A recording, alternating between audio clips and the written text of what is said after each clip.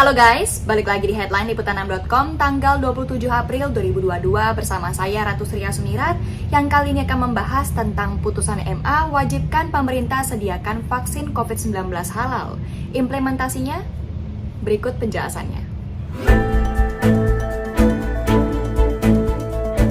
Vaksin Sinovac kini bisa menjadi booster atau vaksin COVID-19 dosis ketiga di tanah air. Langkah ini diambil pemerintah sebagai tindak lanjut dari putusan Mahkamah Agung. Sampai saat ini, program vaksinasi COVID-19 yang diusung pemerintah mampu menyediakan 6 regimen vaksin yang sudah memperoleh izin penggunaan darurat dari BPOM. Keenam regimen itu yakni vaksin Sinovac, Sinopharm, Pfizer, Moderna, AstraZeneca, dan Janssen. Dari regimen yang disediakan pemerintah, hanya 2 vaksin yang mendapat rekomendasi halal dari Majelis Ulama Indonesia, yaitu Sinovac dan Sinopharm. Sebenarnya ada 2 vaksin halal lainnya yang telah memperoleh rekomendasi dari MUI, tapi tidak disediakan pemerintah. Pengamat kebijakan publik Trubus Rahardiansyah menyarankan pemerintah memproduksi vaksin COVID-19 yang halal untuk menindaklanjuti putusan MA. Tapi untuk jangka pendek, Trubus menilai pemerintah tidak masalah menggunakan vaksin yang sudah tersedia saat ini untuk mengejar capaian vaksinasi.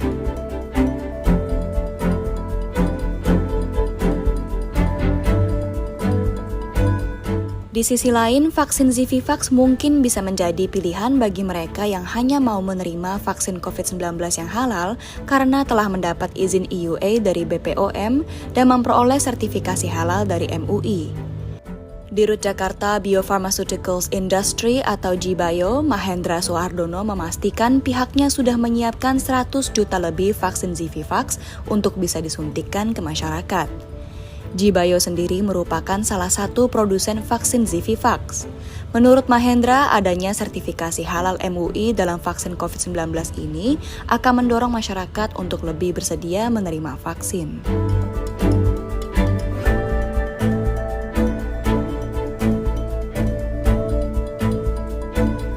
Putusan MA diharapkan dapat meningkatkan penerimaan masyarakat terhadap vaksin COVID-19.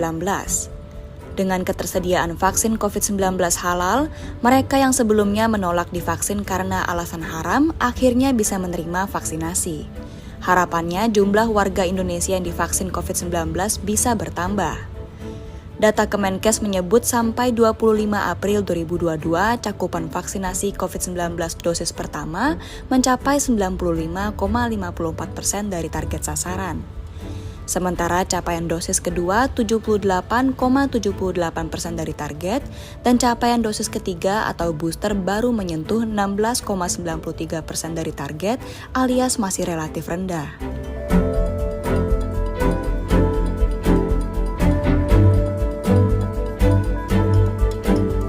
Sebelumnya, Mahkamah Agung mengabulkan permohonan uji materi Yayasan Konsumen Muslim Indonesia atau YKMI mengenai vaksin COVID-19 halal. Dengan kata lain, pemerintah wajib menyediakan vaksin COVID-19 halal khususnya bagi umat Muslim.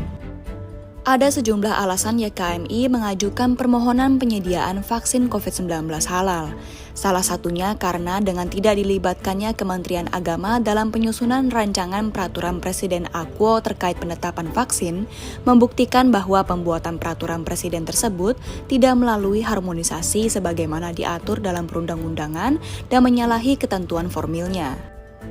Kemudian, pembentukan peraturan presiden yang menjadi objek permohonan Akwo dinilai YKMI nyata-nyata tidak didasarkan pada asas pembentukan peraturan perundang-undangan yang baik sebagaimana diatur dalam pasal 5 Undang-Undang Nomor 12 Tahun 2011 tentang pembentukan peraturan perundang-undangan, khususnya asas keterbukaan.